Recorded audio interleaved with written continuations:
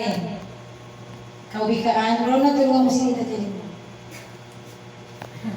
Kawikaan, Gis. Doon ulit. Gisan.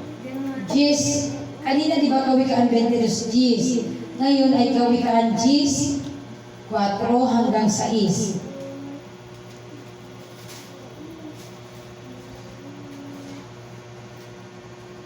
Ano niyan, itandaan niyo yung mga teksto. Tatanungin ko kayo isa-isa kung ano yung binanggit ko kanina mga teksto. Kung nakikinig talaga.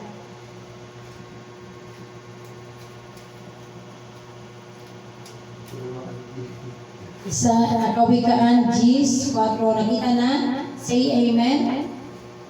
Ano?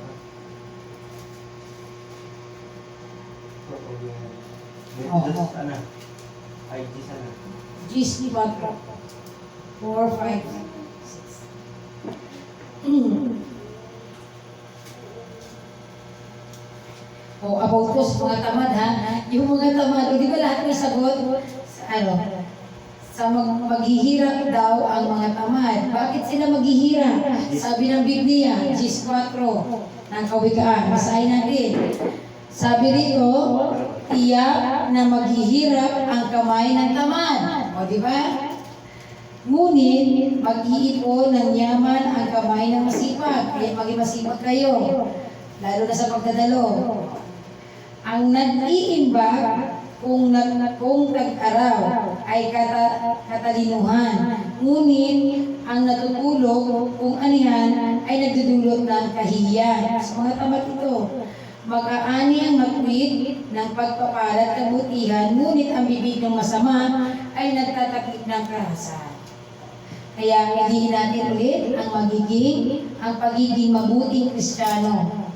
Huwag tayo maging tamad, maging mabuting tao tayo, maging mapagkumbaba tayo mga kapatid. Huwag tayong magagalitin, nagkakasala tayo lagi.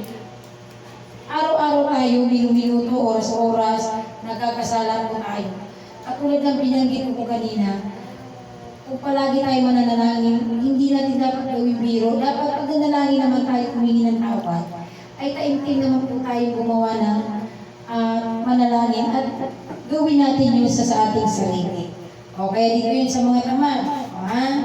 Hello po, Sister Esther, happy week po.